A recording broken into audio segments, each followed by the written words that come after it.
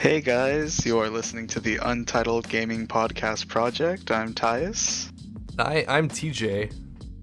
And this week, also sorry for not having an episode last week just because of scheduling constraints. We weren't able to do so. But this week, we're going to be talking about a game that has come out that has absorbed both of our lives. I think I was literally just gonna point out. I think by our constraints, like we're talking about the constraint today. oh, glory be to Monster Hunter Rise. It's so good, man. It's so good. If like we're gonna get into it later, but like if you're one of those people that only listen to like the first 10 minutes of a podcast, please, I implore you. If you have not tried Monster Hunter, this is your chance. Yeah, I simultaneously think that this is the most newcomer-friendly Monster Hunter, while also providing a challenge for people who have been playing for a while.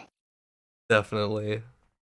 But before we get all like hopped up on our Monster Hunter juice, we gotta discuss gaming news, and also we're covering gaming news for like 2 weeks, and I gotta say, there's literally like next to nothing.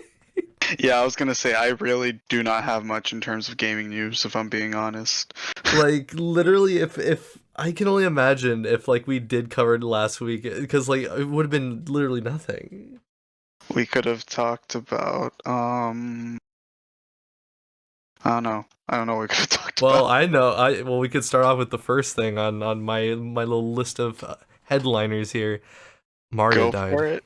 Oh yeah, that's true. Mario's dead. Mario March has 31st died. passed, so unfortunately, we are also going to be honoring the life of Super Mario This podcast in honor of Mario. in Everybody, memoriam. pour out some ragu for the boy. Pour out some ragu, light Yeah, some mushrooms up for an incense.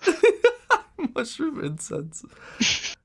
Oh my god, dude, he was so young, Rest in peace, Mario. We brimming with hardly knew ye. life, brimming with life, taken much too soon.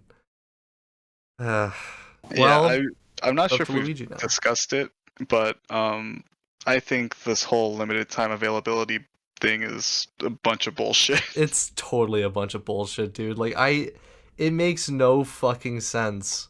Like the Switch, literally, like there was a moment where even Nintendo themselves were boasting that every single well, obviously not every single one, but like the majority of the Mario games, except for Galaxy 2, are available like on the Switch. And yet they're gonna just take away like the three of the biggest hitters, and it's like, okay, well, fuck. It's like, why? Like, why would you fucking do this? I I don't got know. my copy. Haha. Ooh. You got your copy from the same place you got Monster Hunter Rise a minute Damn before they right. closed. Damn right. Oh my god, dude. Oh wait, you know what? Oh fuck, because we didn't record. Wait, no. As it, I'm trying to piece together the time in our heads. Never mind. Did we talk about on podcast my incident getting Monster Hunter Rise? I don't believe so. I feel like yeah. Well, if not, we'll talk. We'll bring that up when we talk about Monster Hunter Rise. But that was a fucking wonderful experience, and I got my Mario 3D All Stars from the same place, and now I'm gonna hoard it away because all the people are gonna start coming out of the woodworks and trying to get it because everyone else is not gonna be able to play these games anymore. Yep. It honestly, it just means that now I have a collector's item. I guess technically we own, yeah. I was, dude. They literally like it, and this is by design too.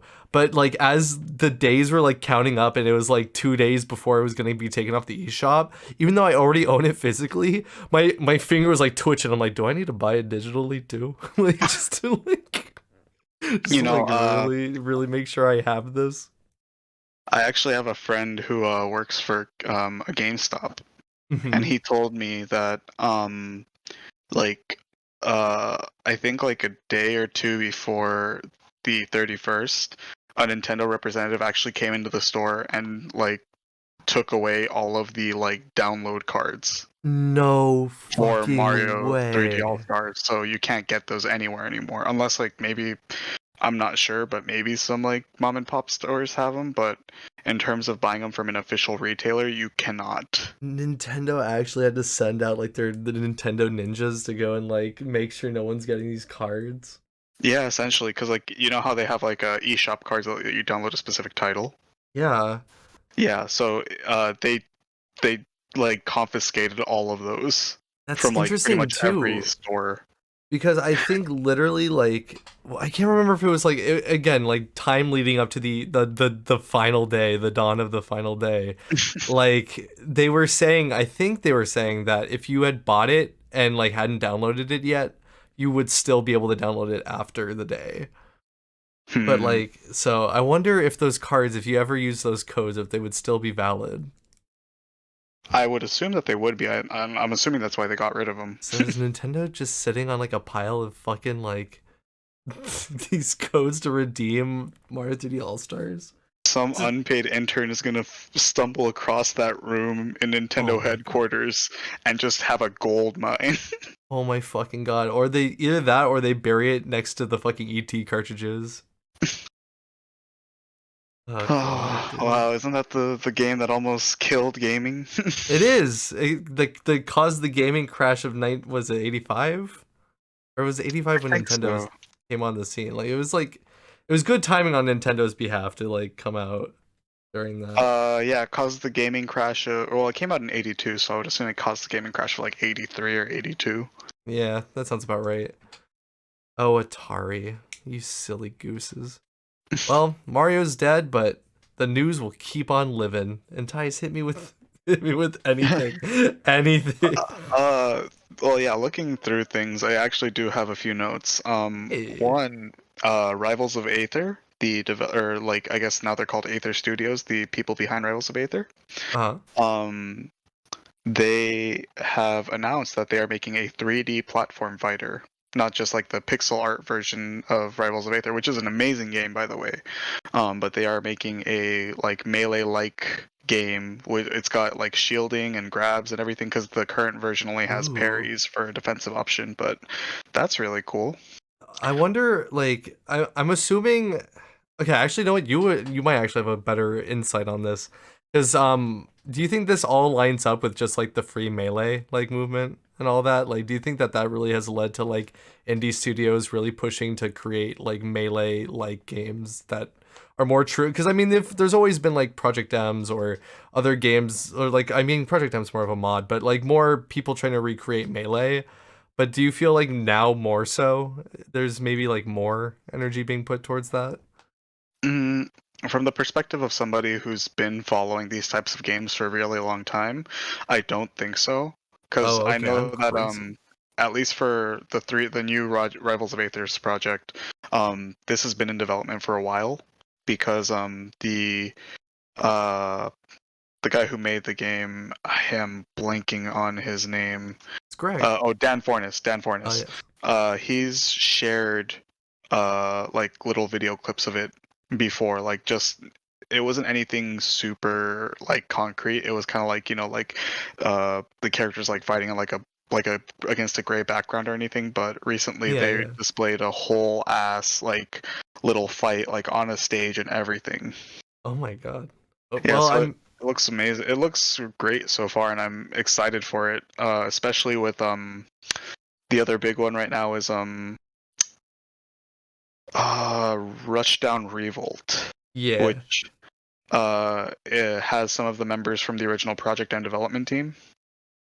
Uh, it's a I think the game is really great because it kind of combines the uh fast-paced open-endedness of Smash with the Roman cancel system of Guilty Gear, Oh, and interesting. it makes it really interesting.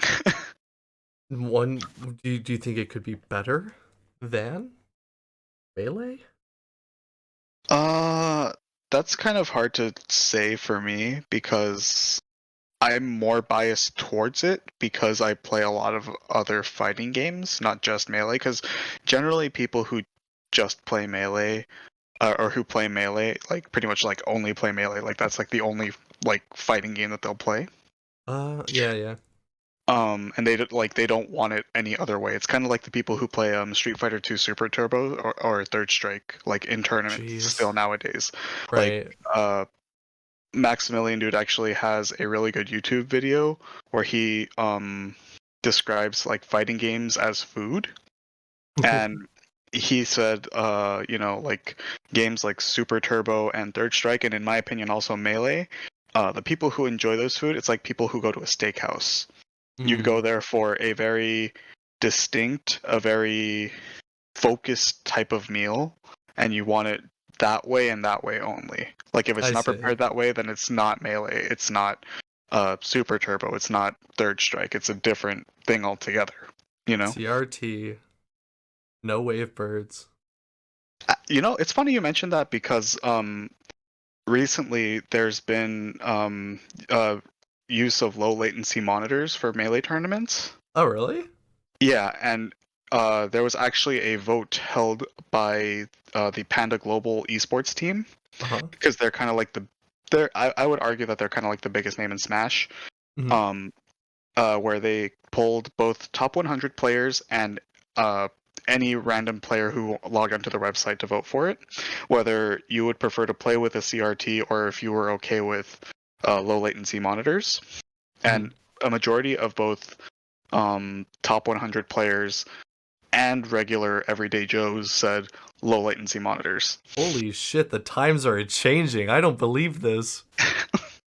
And Yeah, literally, the days are flashing back to me of driving around with my friend Harrison and just picking up like old CRT TVs we find on the side of the road to see if like they're functional enough to run. dude, like to a Melee player, a old CRT TV is quite literally like a gold mine. I literally like this was 1 week that like me and my friend Harrison were like trying really hard because he was good at like Melee, and so he was trying to train me.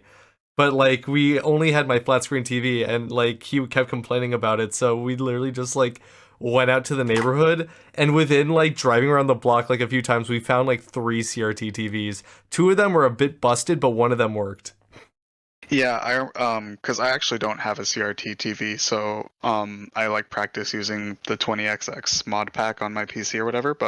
Ah, nice. Um, but back in the day when I didn't have a good computer, I used to like walk to like Goodwill stores just to see, or like like pawn shops, see if they had CRT TVs. And I Yeah. didn't have a car, so like I would always be hoping like, oh, maybe they have like a little one that I can carry home. Dude, I'm like low key tempted right now. Like every now and then, I just pop up this tab window I have of CRT, like old Sony small like cube CRT TVs. I'm like, do I want this? Like just like like I wouldn't like be able to really like stream with it or do anything else on it besides just play it for myself. And I'm like, maybe, but also like I have no place to put that, and like I really don't need it. Hmm. But it'd be nice. I just want a stack of CRT TVs. Like literally. Yeah. I want my future home to just look like an old mom and pop's game store. Um, Well, that would be the best, dude. it would be, Like, dude. honestly, for me, one thing that I want to have when I do have a place for myself is I want to have a Japanese arcade cabinet that has like the two screens back to back, so that way like you can't like see who you're playing Yeah. against. Oh fuck yeah. But you have any other news? Because I can think of a few other things. Yeah. Actually, I mean, okay. This one, this one's not really much of like a news worthy. I mean, it's not like a big news thing. The Banjo-Kazooie Amiibo was released, and your boy got it. Oh, I nice. don't. I've never. Okay, like I've never even played Banjo-Kazooie. I think we've talked about it on a previous podcast. I like toys and I like hoarding these amiibo figures. But like this Banjo-Kazooie amiibo is actually like pretty fucking nice. Like it has like well, everybody kept pointing out like the first thing is that like it says Microsoft on the bottom. So Hmm. That's neat. But also it's like it's got the big like jiggy, the little jigsaw piece and stuff like, and it's just like it's such a nice figure. It honestly is one of my favorite amiibos. Hmm. I guess, and I've never even played Banjo-Kazooie, so I'm kind of like sacrilegious over here, but like I really dig it. Yeah, I think we talked about it, but I've also never played Banjo-Kazooie, so and I am a huge Dragon Quest fan, as we've talked about. Oh But yeah, yeah. uh like when they announced that like on the same E3 Nintendo Direct that both the hero from Dragon Quest and Banjo-Kazooie were getting added, I did not give half a shit about Banjo-Kazooie, but I saw the hero from Dragon Quest got announced and I was like popping off. You're like the reverse of like the vocal like Smash Bros like American community. Oh, I'm the exact opposite. I saw Banjo Kazooie and I'm like, I don't give a shit about no bear. I saw the Dragon Quest here and I'm like, that guy has been with me since my childhood, man. The thing that got me hyped about it, because I never played Dragon Quest, but I like the fact that like Dragon Quest's alternate outfits were legitimately like alternate like characters. Which I Yeah, they always like when so Smash Bros. Fucking does that. yeah, Don't like do it enough. I know that a lot of people won't care or understand this, but the first one that they revealed was the main character for Dragon Quest 11. He's known as the Luminary. Mhm. Um, but then they revealed that there was going to be the other Dragon Quest outfits, and they showed the hero from Dragon Quest 4, which is my personal favorite. That's the one with like the little tiara and the green hair. Yeah. Then they showed the hero from Dragon Quest 8, which is the dude with the bandana, Yeah. and then they showed the most famous one, who look like people The say he looks Dragon like Ball Goku or character. whatever. Yeah. Yeah, that's Erdrick from Dragon Quest 3, and that was like the biggest like Dragon Quest in Japan for a very long time.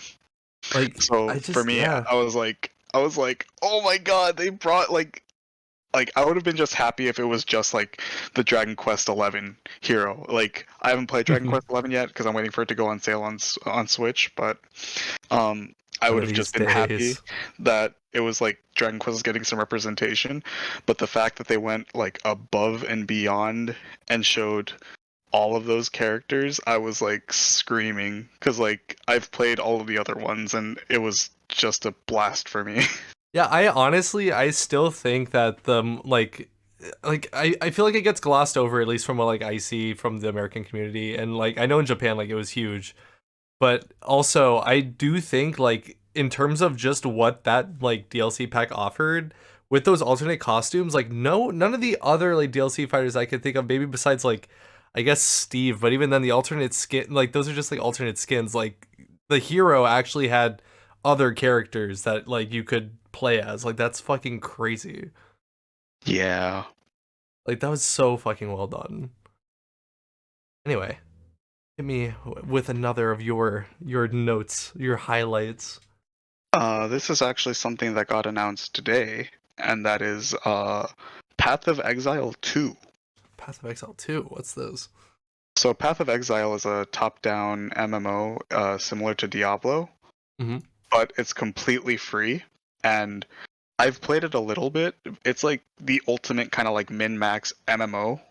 Oh, okay, okay. Uh, and so like the people who play that shit like super hardcore, and like Jesus. um it's got a lot of player expression in the sense that you can customize your character in a lot of different ways. Like the kind of skill tree thing that they have going on when you level up is fucking enormous. Oh, really? Yeah. That's cool.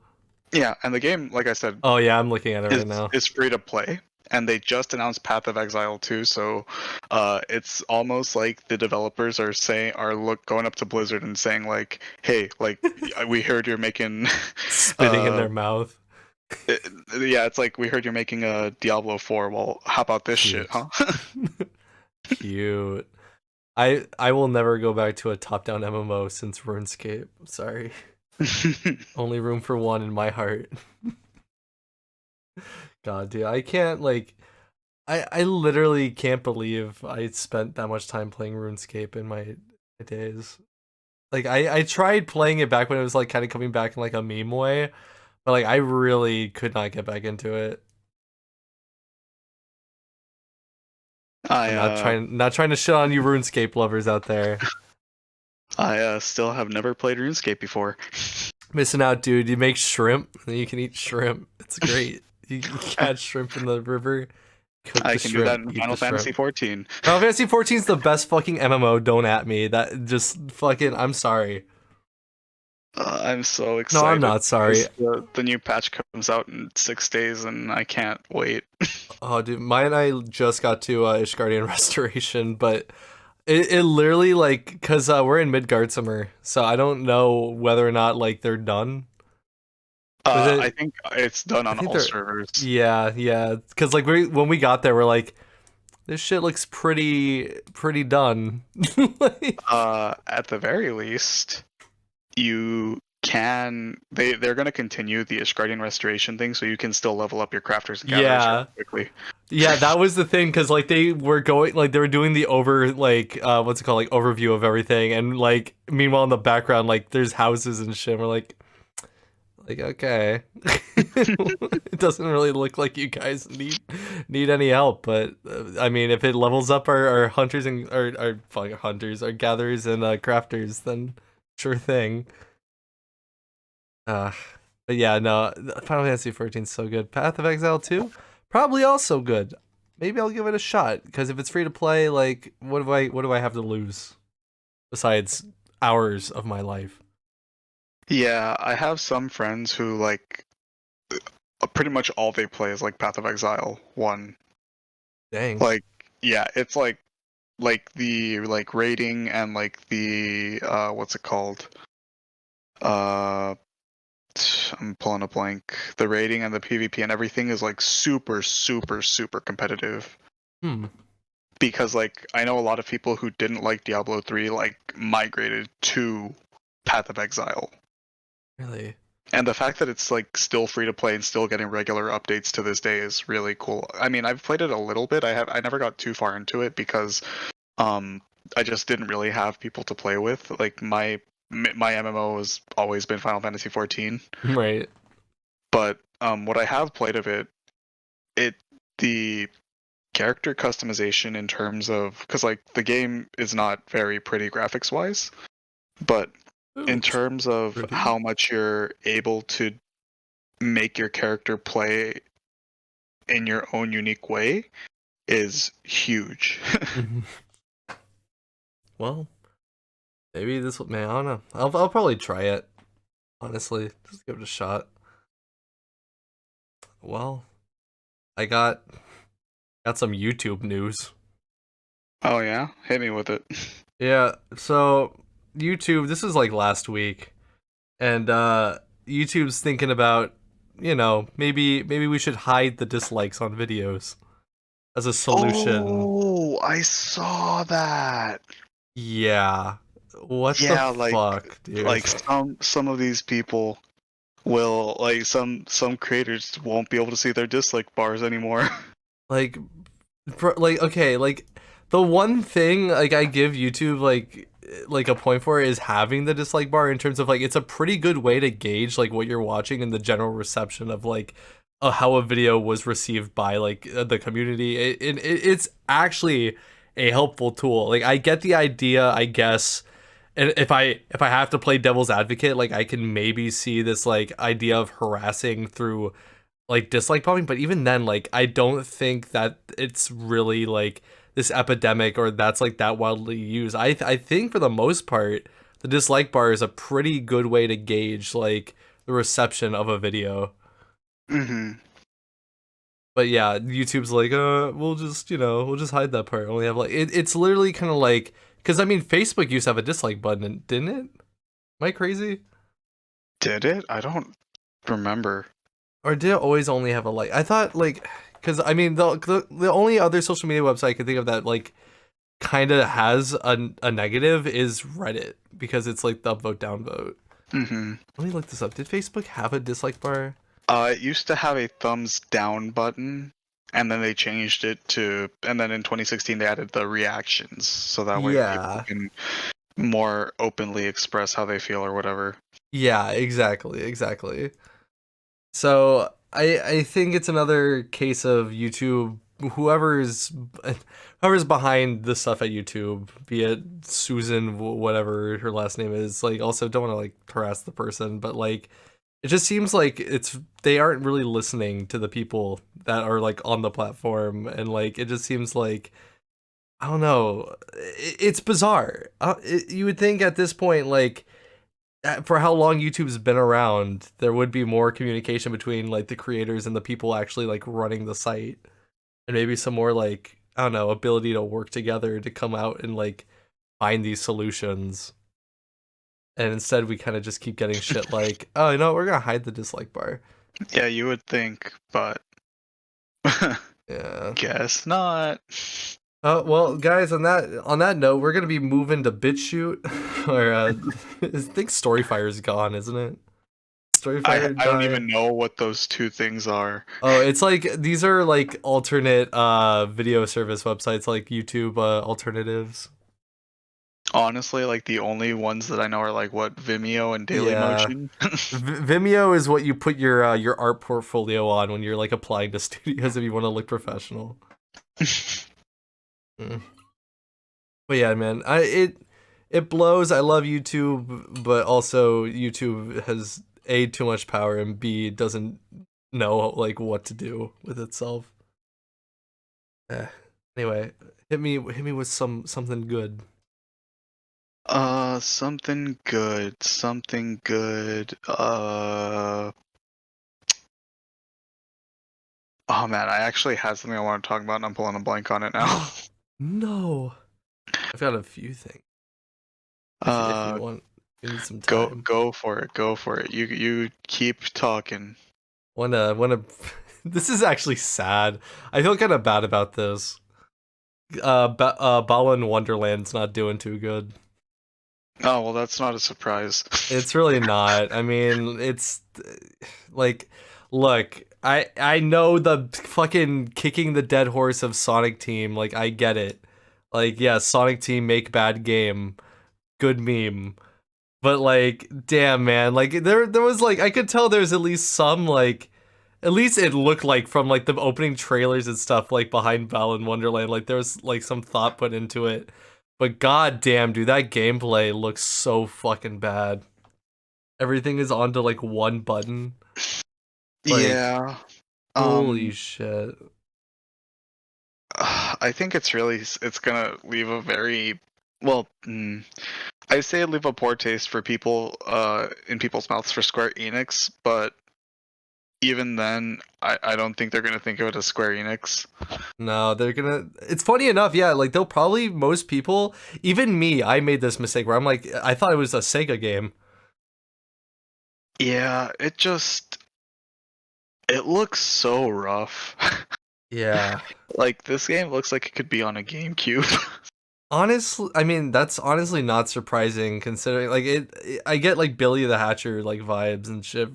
That and like Knights and I mean obviously Honestly, I also got Billy it's all Hatcher the vibes team. from it too.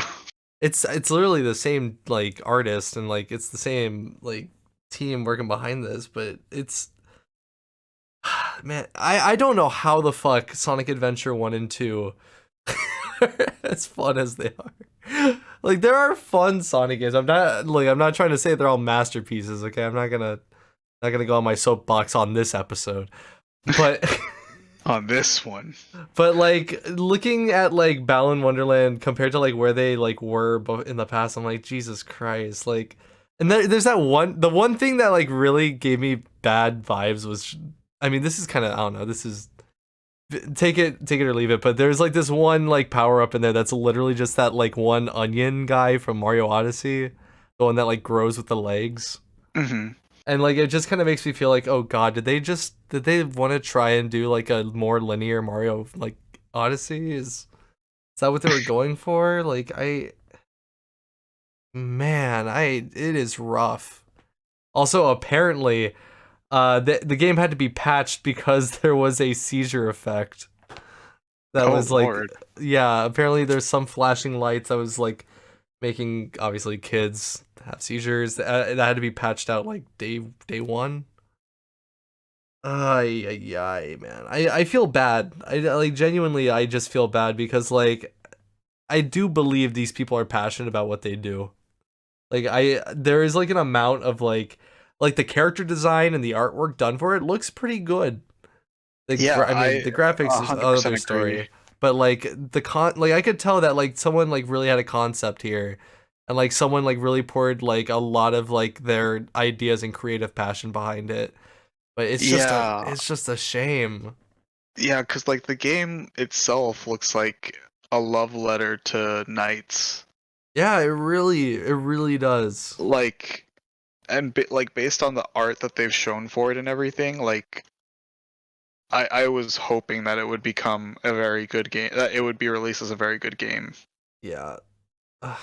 I the funny thing was like I was caught off guard when it released too because like I just assumed it wasn't coming out for like a long time, and even when that beta like came out, I or like the demo, I was more thinking like, oh, this is like pre alpha, like you know what I mean, like this is early rough stuff. And yeah, it's I don't want to say it's another Sonic 06. I haven't played this one. I've played all of Sonic 06. So I I'm can't. surprised you could even finish that game.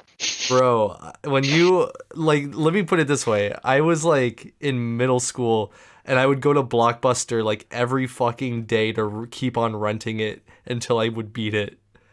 My Blockbuster game was fucking Sonic 06. And it was at a point in my life where I didn't know what a bad game was. Like I didn't know a game was bad. Like you know what I mean? Like there's a point I think in our childhoods where we played games and we just played them and didn't think about like quality or like am I having fun? It was just, oh, here's the game and I like Sonic. So I gotta play it. No, I specifically remember a friend of mine slept over at my house, and like my mom took us to Blockbuster to rent like some games. My friend chose Sonic 06. I don't remember what I chose, but we No. played Sonic 06 for like half an hour, and then I looked at him and I said, "You're never getting to choose what game we rent ever again." No.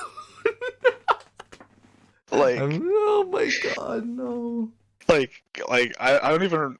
That might have been one of the first times that I thought like a game was like absolute dog shit, but like I was playing it and I just looked at him and I'm like, "You're never getting to choose again." My story has a happy ending. When my Blockbuster was going out of business, I went and I bought the copy of Sonic 06. And then I think I sold it at some point. No, that game is Oh man. No, it is not fucking good. It is actually like aggravating how not good that game is. I beat it, so fuck it, you know. It's just oh yeah, I'll wear that badge. My badge of honor. Yo. I finally remember what I wanted to talk about. Yes. What is it? Tetris or not Tetris, Pac-Man 99 came out. Okay, like because I was so fucking busy yesterday, but like I kept seeing like thumbnails of that pop up like while I was working, and I know nothing about it. Is it like so? Is it along the same trend of all these like the Mario 35 and like Tetris 99? Is it literally like just you play Pac-Man against like what like 99 other people? The Pac-Man Battle Royale. I think so. I honestly haven't played it, so I can't tell you firsthand what it is. You add ghosts to the other people's like mazes, like I hope it's I something like that. That sounds fucking crazy. I have no clue, but You tell me it's a now. You it's a thing. biggest Pac-Man fan in the world, Tyus, and you don't tell me. Did you ever play any of Uh, the Pac-Man World games? I played Pac-Man World 2 on the PlayStation 2. Okay, yeah, that's the only one you need to play, I'll be honest. It's good. I like that game. Game fun. I got something. Go for it. Hit me. Reggie may step down from GameStop board of directors. Oh, I thought he already did. Oh, did he already? This was from like 2 weeks ago, so maybe it already happened by now. Yeah, if I'm not mistaken, he stepped down from being uh what's it called? Yeah, like From just being the Yeah, GameStop. I feel bad. I don't know. It's like I feel bad and I don't feel bad for GameStop. Like I feel more bad for Reggie. It's just that like I thought he was retiring when he left Nintendo. I did too, honestly. That was the thing. Like I honestly legitimately was like, well, dude, you like he was president of like Nintendo of America during like a really like a lot of high points for the company and the Wii U. But like I was gonna say he was also there for the load point and like kind yeah. of, and he brought it back, and Yeah. because of that, like people loved Reggie. Everybody fucking loves Reggie. Like Reggie is like one of them. Like you can have like your opinions of like Nintendo and like not like Nintendo, but like how the fuck can you not like Reggie? He's Dude, just such a he even fucking gave goofy guy. a special welcome, like a special message to the people playing Smash at Evo. Oh my god. Like it was, I mean, I thought it was pretty cool. And he also made like a little meme video about when he was before Smash Ultimate came out.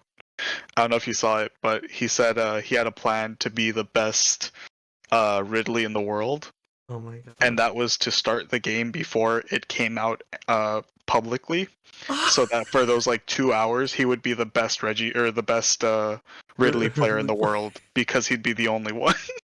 I love Reggie. God, dude, because like he like whenever he would like get really like passionate and talk about games and stuff, like you could tell that he's legitimately someone who like plays like games and like he has like an appreciation for the medium. And like I just Reggie. And now he's abandoning GameStop. What a betrayal. I don't blame him. Right when their stock is soaring and they're doing so well. Does GameStop not get any of like okay, this isn't like the stock podcast, but like does GameStop actually benefit from this at all? Is there any way for GameStop to benefit from this stock thing? Like are they I gonna have no clue how stocks work, and at this point I'm too afraid to ask. yeah. Like I the thought only thing I know about stocks is in my high school economics class we played like a virtual stock market game. yeah, we did the same thing. And like my economics teacher gave a $25 gift card to whoever did the best in it. And you want to know how I won that thing? How? That was we started that thing just before Pokemon X and Y came out. So I put all of my money into Nintendo, Oh and I was like, I'm betting it all on Nintendo right now. Pokemon X and Y came out, made millions of dollars, and my fucking Nintendo stock shot up, and I was like, I won. oh my fucking god, Like dude. people in my class were like investing in Disney and like Apple and all this shit because like those are the safe things, and I'm like, nah, fucking Pokemon. I know that shit's gonna do well. Why didn't you invest in Dogecoin, my man? This was Right before back then. Dogecoin was a thing. Oh my god. Mm. But yeah, man, Reggie, the myth, the man, the legend. I think it's the other way around. The man, the myth, the legend. The myth, the legend, and the man.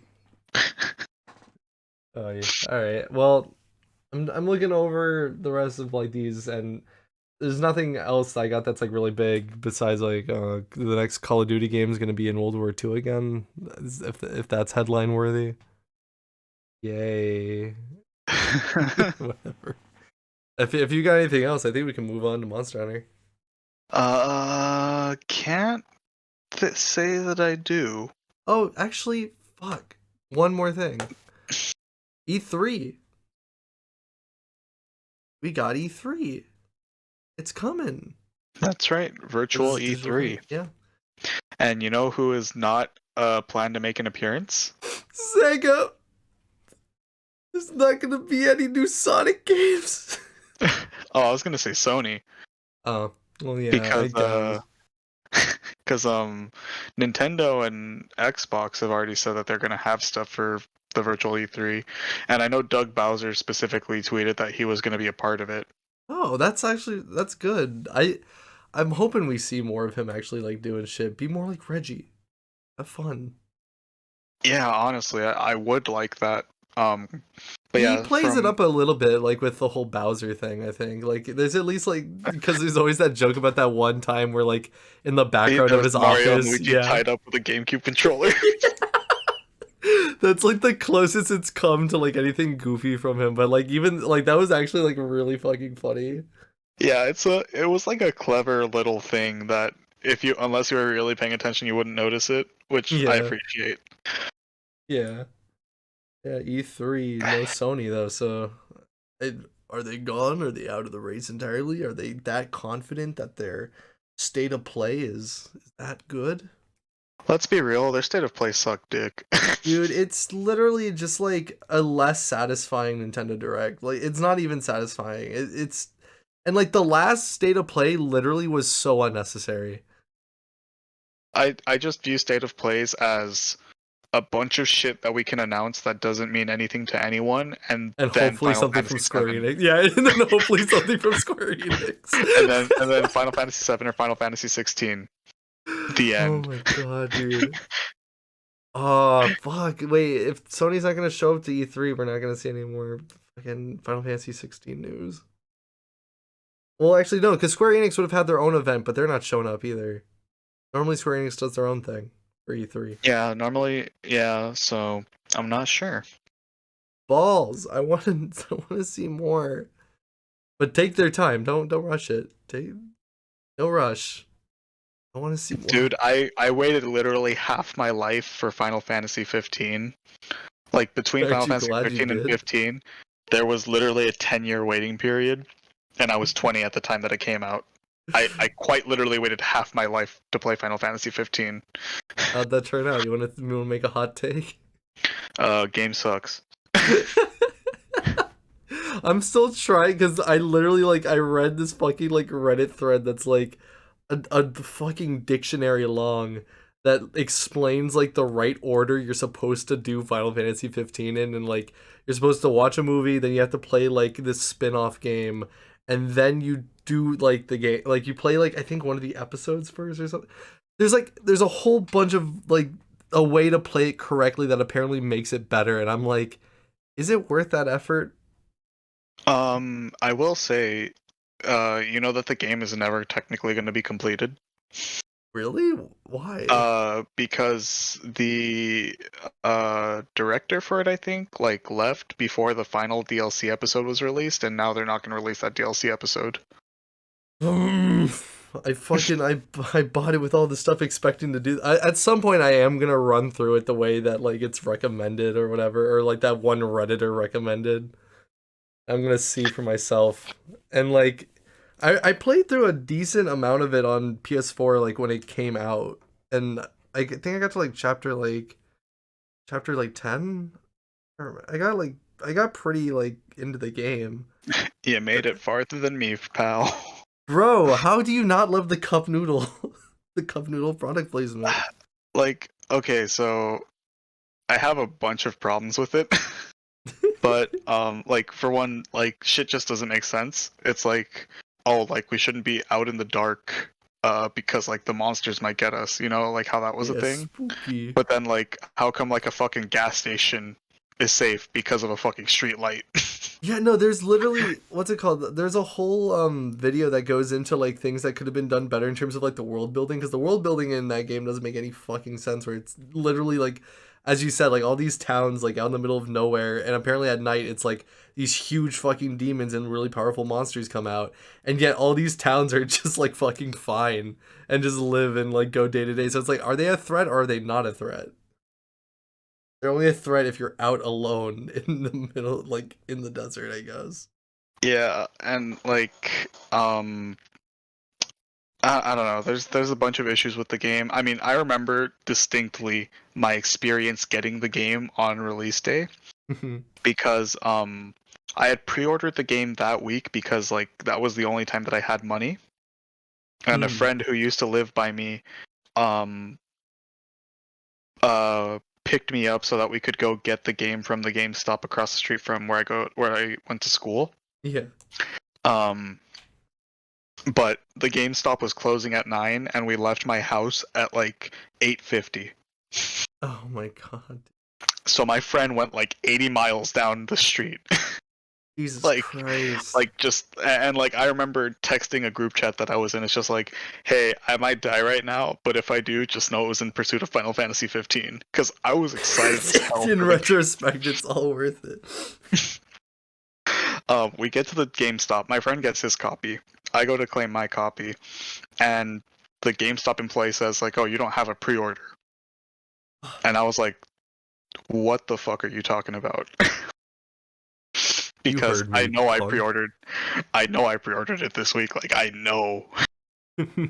And like I straight up told my friend like I am ready to cry if I don't get this game right now. Like I will make a fucking scene. It still would have been worth it.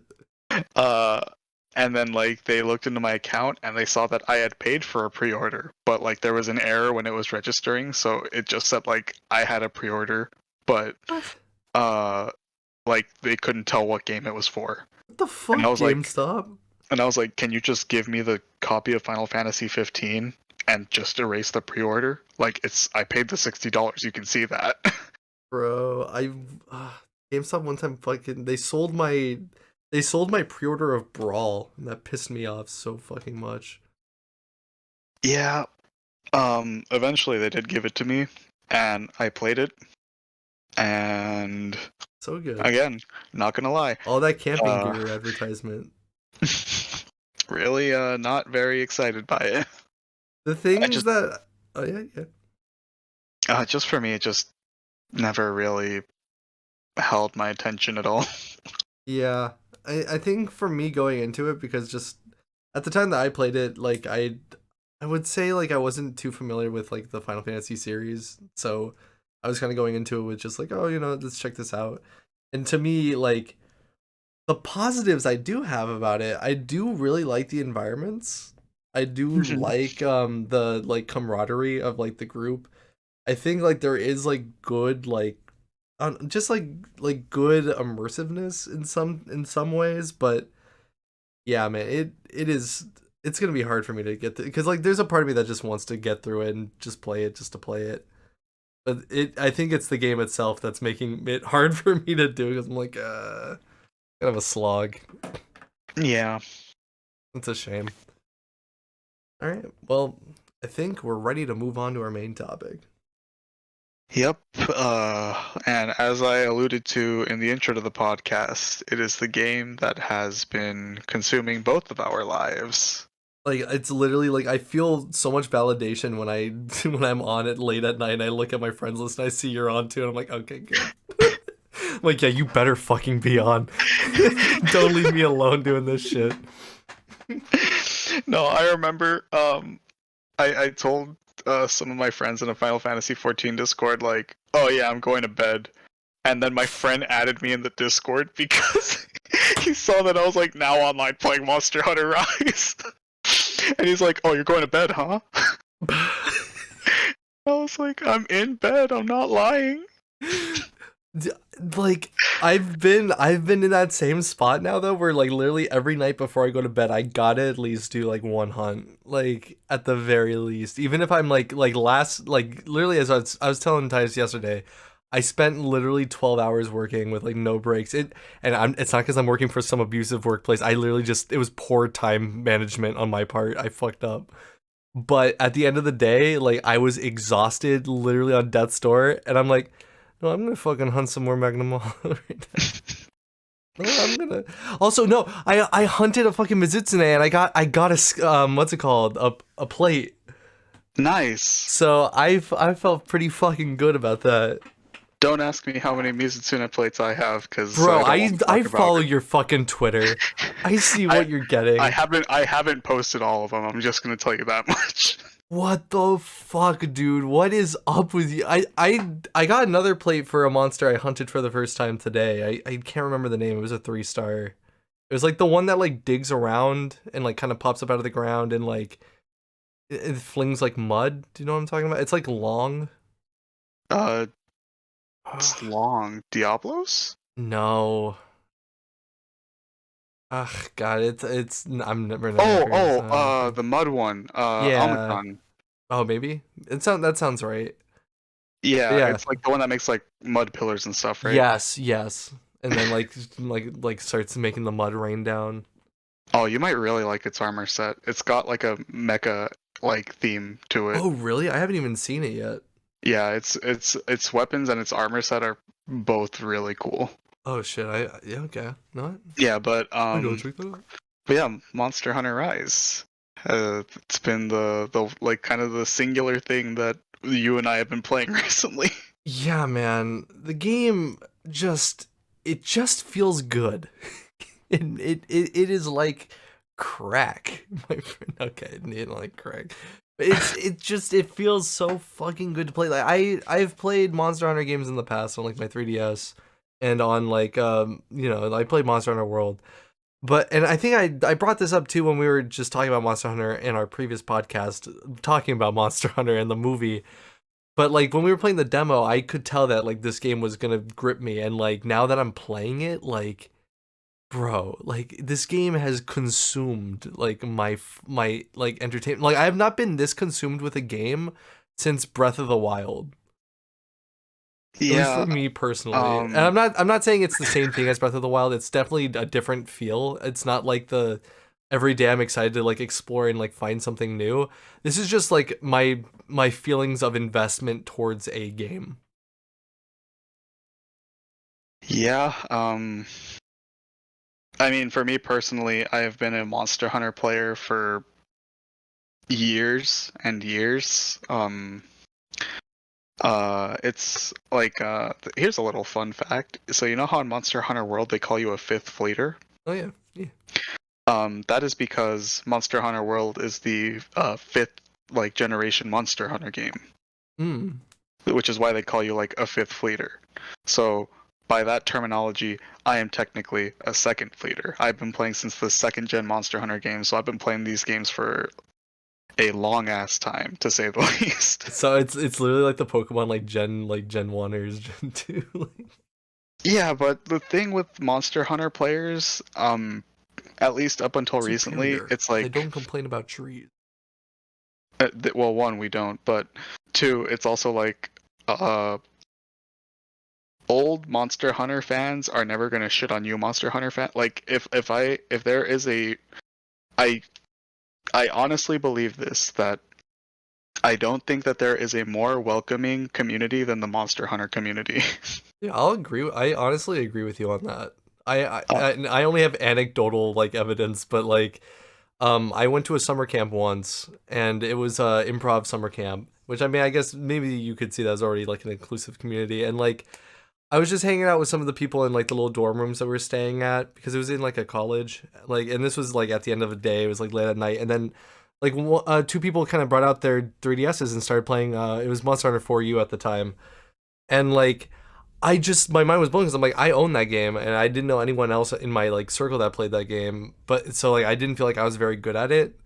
But like they were so open, and I like I opened up to them like, oh, it's like I own this game, but like I'm not really like that good. And they're like, get in like right now, like play with us. And I was like, oh, like sweet. And like I just anytime like I'm around people that like play Monster Hunter, like it always seems like they're always like very patient and very like just welcoming. yeah, yeah. Recently I've been following this guy on YouTube. His name is HeyJ. Mhm.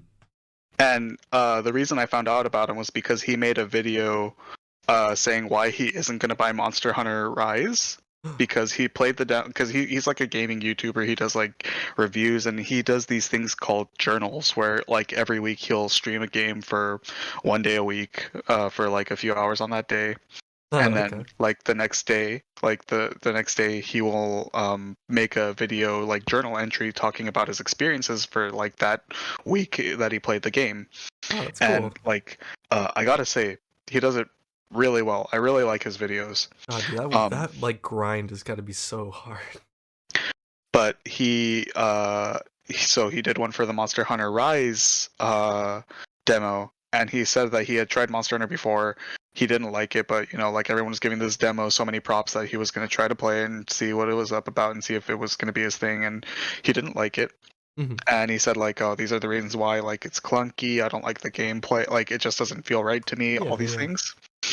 And then the Monster Hunter community came out in drones, but they didn't say anything negative. They were just like, oh, hey, don't worry, everybody has that experience, but like I think if you give it a shot and you just like try this or try that, and remember that this is just a demo, so it's not going to be like this all the time, like Hmm. it's going to be your thing. Like Hmm. so many people have said, like, you know, Monster Hunter is for everyone. You just have to find the weapon or the playstyle that suits you.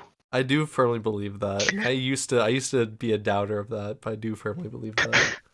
Yeah, and so like this guy went back and he bought Monster Hunter World and he made like a promise on his YouTube channel, like, oh, I'm gonna do every I'm gonna hunt every monster in Monster Hunter World's base game, and then I'll make my decision. Mhm. And so he was making these journals every week, and at first he was like, oh, like I'm still kind of getting used to it, I'm not sure how I feel about it.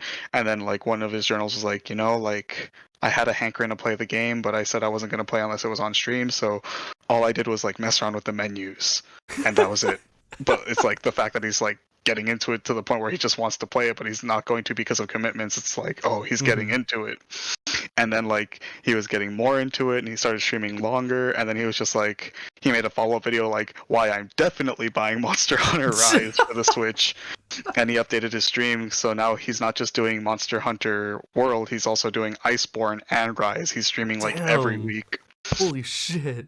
Yeah, like he's completely fallen in love with the game, and he's said that it's entirely because of the community, that, you know, they were so kind, they were so welcoming, they were giving him tips, they were just saying like, you know, like don't, like you might have tried the demo just for a little bit, but don't knock it, like you kind of got to get a better feel for it and everything. And now he's even said he's a Monster Hunter fan, like his channel's slowly becoming a Monster Hunter channel Oh because he's making all shit. these videos every week about it. I definitely relate to that, especially in the way where it's like when I first played Monster Hunter, it was because one of my friends at school just kind of like convinced me to try it. And when I bought it, like, because I watched YouTube videos, I was like, oh, this is actually like, it looks really cool and like really neat. And so I bought it, and then I just the gameplay, like I same thing where I was like in my brain, I'm like, this is clunky. Like I don't feel like I am like in complete control of my character. It's too complicated to manage all these things and like hunt and track and do all this. And it took like a long time to like actually get like the hang of it. And I feel like someone makes the argument. It's like I was conditioned to like Monster Hunter, but like legitimately, like it wasn't until like I found like the insect glaive, and that was like my first like my eye opening moment where I'm like, oh, I can do this. Like this feels natural. Like I'm like accustomed to this weapon. And then I all of a sudden, like once I had my weapon down, I didn't need to worry about like defending myself with the weapon. I could focus on the other mechanics of the game and focus on that. And then when I got on top of that, it was just easy. I understood the game at that point. I mean, like maybe to some people that might be like a bit much of an investment for a game to get into it and be like, oh, I gotta like get it, you know, accustomed to this and then you kind of like get the hang of it. But like it's so rewarding. Like it really, there's very few games I think that give me this sense of like rewarding my like work put into it. Yeah, like there's something really special about taking down like a large monster that's been giving you trouble, or uh like, you know, just seeing like the fruits of your labor pay off, like when you finally down a monster for the first time, or like when you're playing like a hammer or like an impact Oh weapon yeah. and you manage to get like a KO on the monster. Like there's something about that that's just like it makes the serotonin flow. Like literally on stream, on my stream, you like taught me like how to do the fucking like charge blade correctly. And now like I have a bunch of recordings now because I've been nailing like doing the big fucking chunky bonk on the head. Like I've been actually like nailing the positioning of it, and I'm so proud of myself. Hey man, I am happy that you are enjoying it. Like it's so fucking fun. Uh Guys, just play the secret. Here's the secret. Just play Charge Blade. You'll have a good time. Yeah, man. Like I like not that. I think that's also the more interesting thing when it comes to Rise specifically, is that like I feel way more like, and I don't know, maybe this would happen in the other Monster Hunters too, because I don't know if it's just a matter of I've grown comfortable with like Insect Glaive, and I wanted to branch out. But like I feel genuinely comfortable in like way more weapons now. Like I don't feel as like like I don't feel as naked without like just retreating to my Insect Glaive. Like I would consider myself like I just use the Charge Blade now. Like that's like really fun, and for now that's what I'm sticking to. But before that, like I was using Heavy Bowgun, and even that was something like I didn't think I'd even enjoy, but I definitely do in this game. Yeah, I gotta say, from someone who's been playing the game, the series for years at this point, um, this is by far one of the most welcoming Monster Hunters in terms of like just weapon feel. Like every single time I use a weapon, it's like a brand new experience, but in like the best way possible. Yeah, yeah, man, I Like feel that. I went through all of the like offline mode, playing only hammer and longsword, and like I enjoyed it a lot. Like I've never mained either of those two weapons, because just because I never used them before, and I have this kind of little tradition where whenever I play a new Monster Hunter generation, I try to use a new weapon. And I had liked the longsword and the hammer before, but like now they felt completely different in the best possible way. Like I was so excited to use them. But then after I finished the offline story, I started going back to weapons that I had used before. And now I'm playing the sword and shield, and I just cannot get enough of it. Like it controls so good.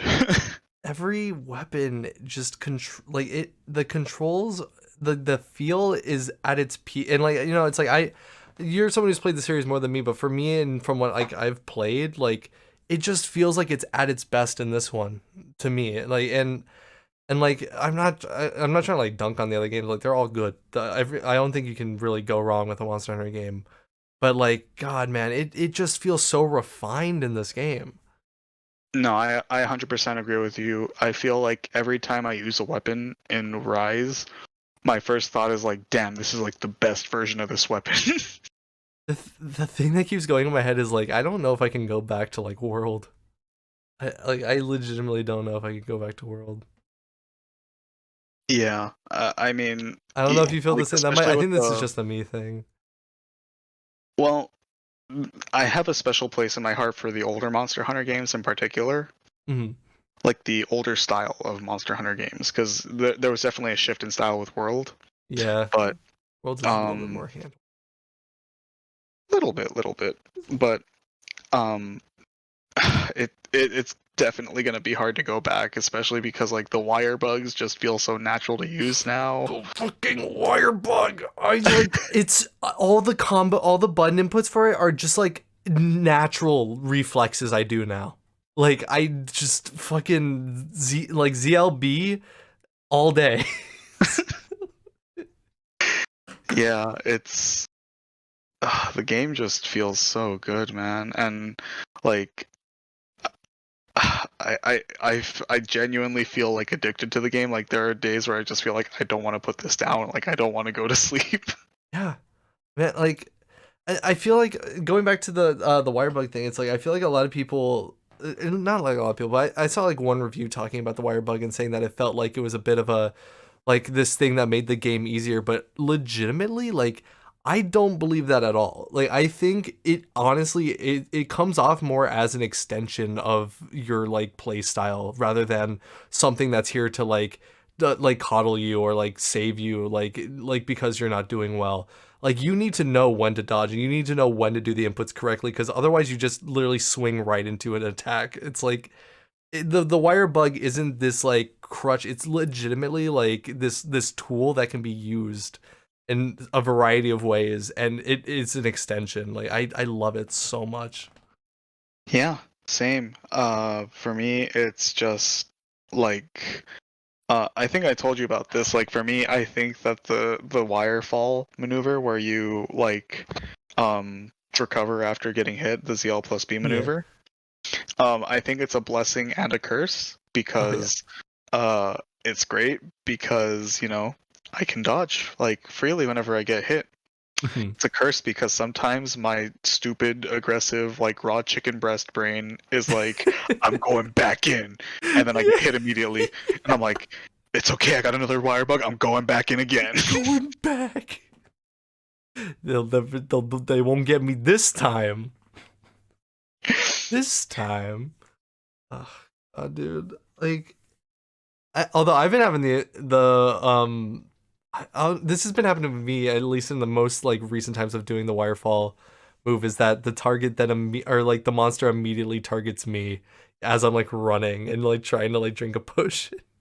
So Yeah, like it definitely has not been like good for me in terms of evading recently, but I think that was just bad luck on my part. yeah, Oh but man. I think also aside from just the like how good the gameplay feels, Mhm. the I am personally just a huge fan of the art direction and aesthetic. Oh yeah. The very heavily Japanese inspired village of Kamura is so like Mhm. It makes the weeb in it's me happy. yeah, it does really like don't get me wrong, like I liked the kind of rough the rough feel of Astera in Monster Hunter World. And I thought Mhm. it was cool, like you're kind of like building up the base as you're there because you know it's like a new world and you're settling it for the first time. Oh yeah, But yeah. but Kamura's just over like it is just so Japanese and it's just aesthetically pleasing throughout. Unapologetically Japanese. It is unapologetically Japanese. Yeah. It's like painfully It's Japanese. so good. Oh my god, we gotta talk about Dongo. Yeah, the dongo. The Dongo. Like, I will say, like, I do miss the like in Monster Hunter World, like the like all the different foods, Yeah. but also Dongo do be looking pretty tasty. I definitely miss the foods as well. Like, they always had like those little cooking cutscenes in the other Monster Hunter games, but Yeah, World made the food World look made me wanna so good. like literally could not do it hungry. I cannot play World hungry and order food from the fucking You know shelf. what? Shoutouts to Binging with Babish. He made a video Yeah, a you few showed days me that. ago of him just making uh all of the Monster Hunter like world like platter, and I was just like, holy shit. Jesus Christ. I Nothing makes me want to eat meat off a stick more than Monster Hunter. Like I also like I love the like the thought put into the dongo. Like the actual you get to stack your like like your perks and bonuses with it. hmm So nice, so smart, so charming. The song. I want to be at my funeral. That is the song that will play as I'm lowered into the ground. like I said, uh, if you skip the Dongo song, we can't be friends. Yeah, sorry. Unsubscribe from us if you don't listen to the fucking Dongo song. I'm sorry. We don't want anybody listening to this who plays Monster Hunter Rise and deliberately like skips the Dongo song. Yeah, no, I can't handle that. No Like, more podcasts for you. Sorry. yeah, if you like for a vile heathen like that, I don't even want you to be my fan. Sorry. Get out of here. Not welcome. I, ugh. I mean, literally, like I think I was talking about this too when we were talking about like the demo, and I was saying like what being in like the ruins map, I felt like that environment vibe I was getting back when I used to play Ocarina of Time as a kid. and like being so like what's the word I'm looking for? The thing Star Citizen doesn't do very well. Uh, Oh, immersion. yeah, I felt so immersed in Kokiri Forest, and like in this game, like the environments are immersive without even like needing like they serve their purpose. They're like you get the, like the landmarks, you get everything down, but also like the detail and just the way everything is designed. Like I feel like these places are real, and like it's great. Not only that, but um, one thing that I like absolutely love is that the what's it called? The Some of the environments in the game are actually based off of areas from Monster Hunter Tri or 3U, Mhm. and just seeing the way that they've been recreated and reimagined to me, as like a longtime fan, is so exciting. And not only that, but like I know you said that it's not like what's it called? It's not like Breath of the Wild for you, but for me it absolutely is, in the sense that I just want to explore these environments. I will say this is the first time in a Monster Hunter game where I felt the like like that, like literally like in the ruin. I mean, this happened to me in the demo too. I was playing in the like that ruins map, but like there's no reason to. Yet I just need to climb the mountain, and I need to go throughout all the like the little shrines and like ruin like buildings along the way, and like stop and look at all these details. And I mean, you can find like there are little secrets that you can find by doing this. But it's like I'm not necessarily doing it for that. I'm literally doing it, yeah, like to explore. Like it's so fun. Yeah, and I think it's just so like like I said, the exploration in it is just so amazing, because that you can even go as far as looking for the messages from like the uh like like you know people from the past, Yeah.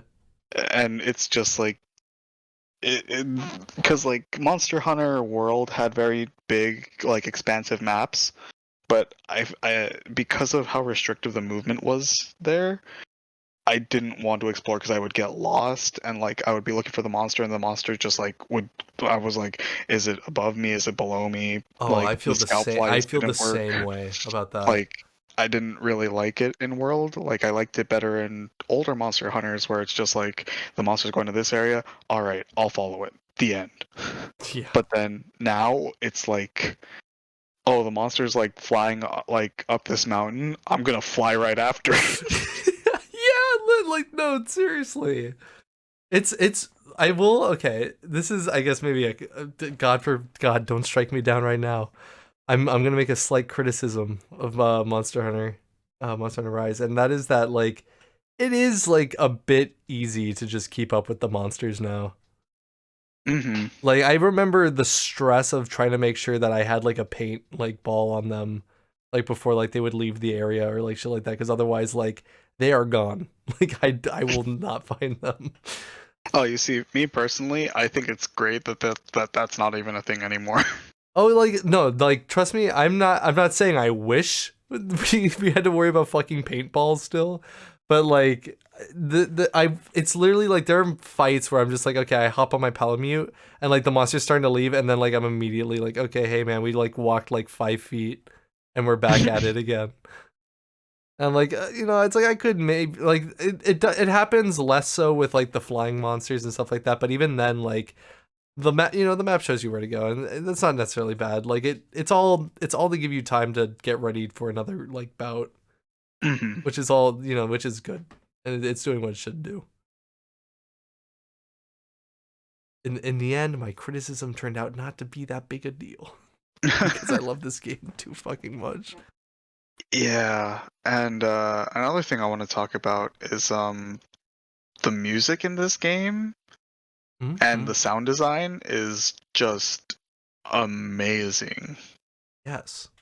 Like going from like one, like there's just the music in the town, like there's that, but like even going so far, like if you're in the gathering hub, there's like two cats there playing the taiko, and like God, have you talked to they're them? I haven't talked to them, but They're like so they're funny, dude. You have to talk to them. like you can actually hear them hitting the drum, Mm-hmm. and you can hear them you can hear the difference if they do a don or a ka, which in taiko is like if you hit the drum or if you hit like the edge of the drum to make like a sharp noise. Mm-hmm. Like the sharp noise of like wood against wood, and like you can hear the difference between them. Right. Like, and also the slapping of of the cats that are like hitting the dongo on the open flame. Oh yeah, well they're just beating the shit out of it. Yeah, that like slapping mochi ASMR. Yeah, it's just like everything about the game just is it's so good, and like even like the monster, like the music that plays when you're hunting the monster, like large monsters in the different areas, like I love it so much. Oh yeah. Like it has that I'm trying to remember like the word of there's like a gaming term for it where it's I feel like I keep wanting to say it's like adaptive soundtrack, but I'm not sure if that's the word for it. But the idea that it's like the soundtrack flows with like the actions that are happening in game. Hmm. And yeah, it just it feels natural, and the music is so well scored. Like I mean that's kind of can't really go wrong with any of like Monster Hunter's soundtracks, but like it's just God, dude, it nails it, setting and all. You know what I think is insane? What? The composer for Monster Hunter Rise used to be a composer for Resident Evil. What? Yeah, and it's like the two soundtracks sound completely different, No fucking but way! I gotta look like this up. and each and like uh and all of the music that they've made fits both of like both the games that they've worked on like so perfectly. Oh my God! What the fuck? Yeah, yeah. Okay. Yeah, he did Resident Evil 7. Yeah, Damn, and man. I don't know if you've ever played Resident Evil 7, but that game makes me feel in a constant state of I am going to shit myself. I literally back when I had a PSVR, I was contemplating getting the VR version, and I'm glad I didn't do that. I would not want to play that game in VR. I That think I would would have been a actually waste of cry. money for me because I would never touch it ever again. I think I would legitimately cry if I played that game on VR. I'm just fucking thinking about it because I remember playing the fucking demo freaked me out and going into it without like watching anybody else play it. Hmm. God, dude, fuck. That guy did the soundtrack. What? What? The fuck? Somebody. I hope this guy does more. Honestly, I think it's said on his IMDb that he's doing Village. Oh, Which that's. I mean, hey, if it's anything like his work on Resident Evil 7, then I will be terrified. God damn. But will you be terrified when you're being chased down by a 9 foot tall smoking hot? 9 foot tall, big tittied vampire lady. Oops, I've tripped. Oh no. Please don't get me. Ooh. Oh god. Like I can't take that game seriously anymore. Yeah, Ever I get since you. all these memes, like I can't take Village like seriously at all. I think this isn't like a new segment, but like they announced that they're doing like a showcase, right, for Village. I think coming I up. believe so. Yeah, I'm hoping to see more about that game that isn't the 9 foot tall vampire lady, the 9 foot tall dummy thick vampire lady. That'd be nice. uh, Anyway, back to Monster Hunter Rise. yeah. Topic at hand. Um, I love everything that they've done with the game so far. Like the introduction of switch skills makes each weapon feel even more unique than it was before, and it means that you can mess around with sets that like with like ideas that previously just wouldn't be like possible.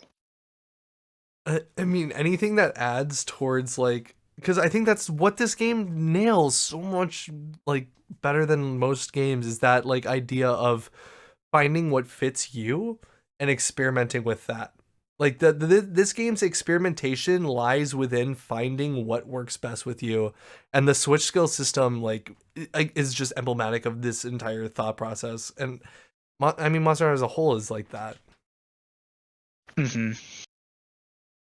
It's It's so good. it's so good. Like, I mean, yeah, we could literally just sit here and yell at you guys and be like, this game's so good, you don't fucking understand. To any but like, I'm trying to think because like I remember when I was like on the fence about getting into Monster Hunter, and I remember because like I watch all these videos, I'm like, this seems complicated, this seems difficult, this seems, it's like I have all these this seems that seems, but like, and look, I'm the casual, I am like the filthy casual of this podcast. And if I can like do Magnum Malo raids now, I'm not raids, but like Magnum Malo like hunts and like actually like slay them, being who I am, if you know me personally, like this game is not some insurmountable mountain. It is like it can be approached. Yep, absolutely. And honestly, uh, I have said it multiple times, and I have like, I don't know how to describe it other than this is something that I absolutely enjoy doing. I love teaching people how to do stuff. Yeah. Oh So boy, don't I know! You literally taught me everything I know. yeah, so if anybody is like curious about the game or they want to um want to learn or anything, if I'm streaming or even if I'm not streaming, you want to send me a DM and just ask me something, I will tell you how to do so. I will teach you. I will spend the time to try and teach not just you. I've taught so many people how to play Monster Hunter. I have gotten a lot of people into Monster Hunter because I just keep telling them, you know what? If there's something you want to learn, if there's something you don't get, I will take the time to sit down and make sure you get it. This is literally the man who, like, my girlfriend Maya wanted to play Red Mage but knew nothing about it and reached out to Tice, and Tice immediately, like, made a guide that was, like, perfect, and, like, now she understands it completely. Like, you could trust this man. Yeah, I actually I used to write Monster Hunter like weapon guides for a Facebook group back in the day. Like You see what I mean? You see this man? and aside from just Monster Hunter, I mean, I've taught you a fair few things about playing Smash at a higher level. Yeah, like, God, dude, if only our restaurant did not go to business, because like I legitimately felt myself getting better, and I could see like the steps of progress. And I'm not saying it's not something, if I ever wanted to do it again, I obviously could. I'm not trying to be like, oh, well, the world crumbled around me and now it's out of my hands. No, I could always get back into it. But like, you definitely fighting with you, and like you helped me understand like Smash Bros. Like it was like going to, it's like going to fucking like learning a language. So I was like gonna say, Yeah, I'm like Duolingo. yeah. So not as intimidating and not as like threat. Yeah, like you're not gonna kill me. Ay, ay, ay.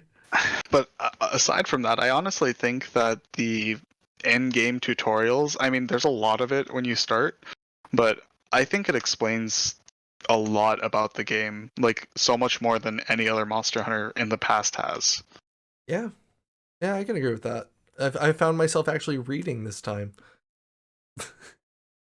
Also, with the updates that they made to the Hunter's Notes, they've made it significantly easier to find out how to get certain drops from monsters, what weapons are like, what elements are effective against what monsters. Like before, back in the day, you'd have to like open up a wikia or like a separate app to like see like, oh, what's this monster weak to, like what part of it is the weakest to this element, etc., etc. Now it's literally you press the start button, you go to hunter's notes, large monsters, find the one you want, and boom, all the info is there. Holy No shit, internet really? required. Yeah. Oh, I haven't even It's checked that like out. when I found that out, I would like my mind was blown. It's like literally the Monster Hunter wiki has like no use anymore. Oh, I've literally still just been using the wiki. Fuck. Sorry, wiki. You've been replaced. It's the Andy Toy Story 2. I'm sorry. I don't want to play with you anymore. Friendship with wiki is over. Hunter notes are my new best friend. Hunter notes are my new best friend. My mom says I can't play with you anymore. Oh god, dude. I mean, yeah, I'm trying to think of like anything else that I could do to cover, but I feel like I'll just end up talking in circles. What else can I talk about in the game? I love all of the new monster designs, Oh by the yeah. way. I Oh yeah. think all of them are so unique and so good. Like Tetranodon, the little chunky my one of my friends calls him the chunky platypus lad. Like I love him. He gets big and fat by eating up rocks, and then he goes all sumo mode on you. I love it. And good man. Capo. um Yeah, he's a good boy. Like all of the new monsters just have so much character to them. I mean that's another thing that's just the strength of the Monster Hunter series, but everything is like just that it's at a peak here, man. The series is gonna peak here, and there's never gonna be a good Monster Hunter game ever. You know, you think that, and I've thought that with like pretty much like every Monster Hunter game in the past. Like, you know what? It's like this is it. This is the one. Like, I don't know where they're gonna go forward from here. Like, they, like you know what? We've peaked. We can't They do anything can't more. keep getting away with it. It's like you know what? We've hit it. Like this is the pinnacle of Monster Hunter. It's never getting any better than this. Like you know what? Then whatever they release after this is just it's just not gonna hit the same. And then they go out and they release a game, and you're just like, God damn, they did it again. I've definitely been like casual Monster Hunter fan, but this game may be the one to push me over into like Die Hard territory. It's because of like how much time I've been sinking into it, man. Like And it can you? scares me. Oh, this brings me into another thing that's great about this game. We're not even done with it yet. Oh god. They've straight up already they've already like announced that they're going to be adding free DLC updates to the game. This is so good, dude. Like I just love it. I love this. This is a great thing. Like I love my literally at faith. the end of this month they're going to add one of the classic Elder Dragons into the game, and not only that, uh they're also going to be removing the hunter rank cap, and they're going to be adding more monsters. It's just like I mean, as a Monster I'm Hunter fan, gonna I've been used die. to this, I'm gonna because like die a lot. they've always added more stuff post release, but I'm just beyond excited to see what they're gonna do with the upcoming updates, especially because Monster Hunter's been very famous for having collaboration events, and I am so excited to see what they're gonna do Bring back the Mega because Man outfit for the Palico. there's the Those are Mega the Man outfit coolest for the things. Palico. Um, Link Longsword. Or no, was it Sword and it was Shield? a Sword and Shield, and you could Yeah. also get Link's ancient bow too Oh from my Breath of the god. Wild. There's you could also get the Link outfit. Uh, there's the Fuck, they they did a had a Devil May Dante. Cry. Yeah, Yeah, there was yeah, a Devil yeah. May Cry collab where you could get his Ebony and outfit, Ivory. and it was the Ebony and Ivory was an emote actually. Oh But yeah, yeah, yeah, yeah. one of the best parts is you could get this charge blade where the sword was the rebellion and the shield was a like the royal guard glyph on your arm. So it would be like your royal guard guarding. That's so fucking cool. And then what else? What else? They also had they've had it in the Didn't they past. do a They've had like Samus one? what? Wasn't there a Samus? Yeah. There was a Samus, or I guess Metroid, whatever you want to call it, but it was. Sorry, I'm pulling a blank here, but Oh, you're good. there was a heavy bowgun, and you could have both the power suit or the zero suit. Yeah. There's also like oh, I know you're a massive fucking One Piece fan. They've had One Piece collabs What? where yeah, they were Japan exclusive, No or if you fucking way. had I'm looking somebody this up. who had like a Japanese data, you could get it from them too. But you could get like Luffy's big ass fists as dual Holy blades. shit! What the fuck? They had Nami's staff as an insect glaive, and they had Santoryu. Usopp's like his slingshot as a bow. Holy shit! I'm looking at it all right now. That's fucking crazy. I am jealous. Why didn't we get this? Fuck! I played for you. Why didn't we get this? Come on. Oh, what the fuck? Is that a Chopper Palmy or a Chopper Palico skin? Say that? Probably. Holy shit! One of my favorite ones was shit. I'm pulling a blank again. Oh, they had a Mega Man collab, or not Mega Man, Yu-Gi-Oh collab, where you could have your Palico dress up like the Dark Magician. There's the Animal Crossing collab where you could have your cats dress up as Rossetti and Isabel. What? I don't remember this shit. What the Oh, fuck? I don't remember any of this. another one of my favorites, the Strider Hiryu collab, where you could dress up your hunter like Strider Hiryu, and you had these dual blades based off of Strider Oh yeah. Hiryu's Graham beam saber, but since he's only got one sword, the second sword would just be your hand, and it was so cool. Oh my god. They had Amaranth fuck. Okami, I'm gonna like yeah. Amaterasu, yeah. Yeah, that's what I was trying to say. Hmm.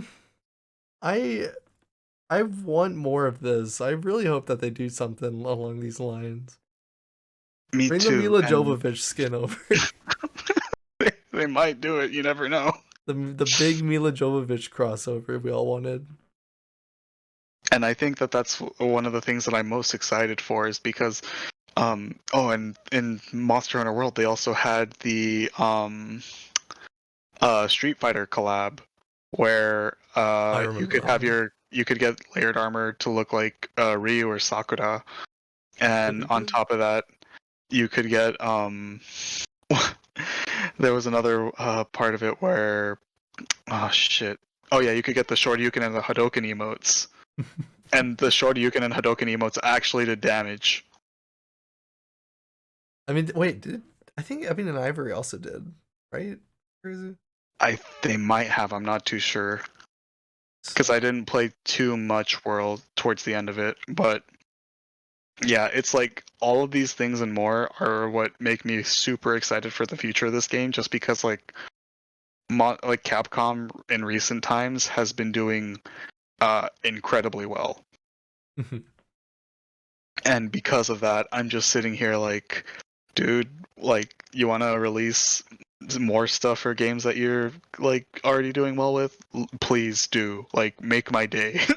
Like I literally saw a meme today on Twitter that was like the person like crying at the table because they're eating too many good things, and all like each plate was like Mega Man 11, Monster Hunter Rise, Resident Evil 2 remake, like Oh Resident Evil yeah, 7. I saw that one too. And oh wait, how could I forget about this? Fucking, they've already done a Final Fantasy 14 collab before. Oh yeah, yeah. So who's to say that they're not gonna do it again? Let's fucking go. Come on. Obviously, none of this stuff is confirmed or anything, but it's the possibility and what's the precedent that they've done stuff like this before that has me so incredibly excited, because there's a high likelihood, because they already had collaboration events in Monster Hunter World, so I don't see any reason why they wouldn't do it again. Yeah.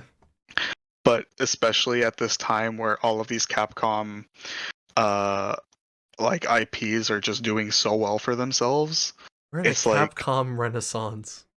we kind of are, because there was a point where Capcom was doing pretty fucking bad. Like their fighting games were garbage.